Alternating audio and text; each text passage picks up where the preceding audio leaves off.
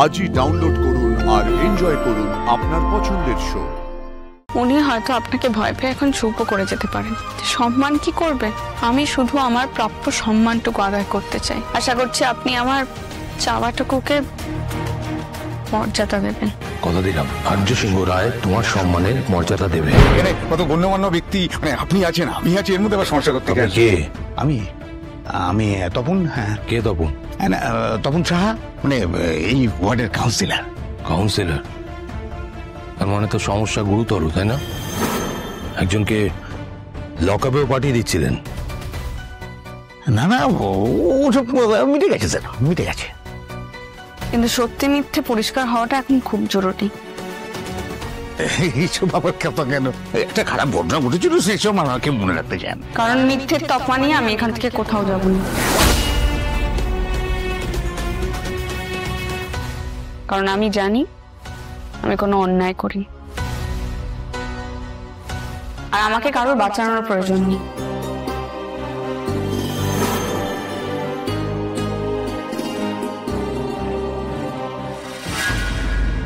আর্য কিন্তু এখানে তোমার জন্য এসেছে।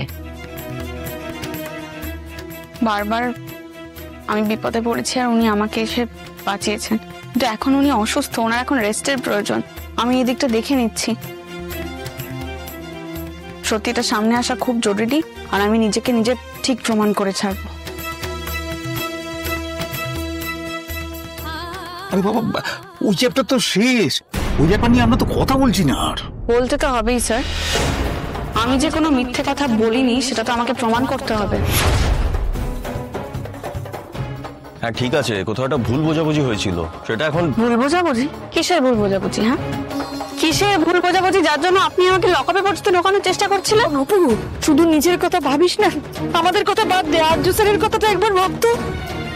তুই বিপদে পড়েছিস আন্দাজ করে, এই অবস্থায় হসপিটাল থেকে বেরিয়ে গেছিলেন তোকে বাঁচাবে বলে।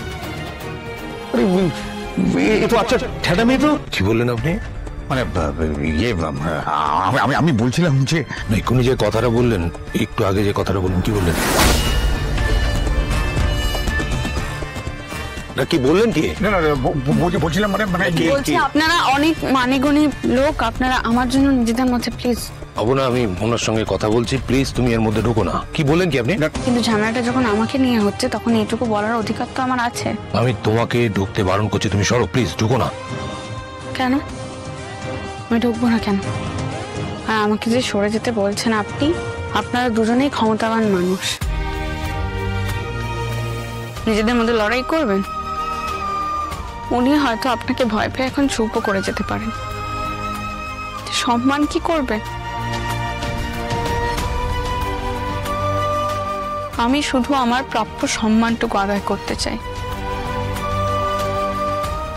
আশা করছি আপনি আমার চাওয়াটুকুকে মর্যাদা দেবেন।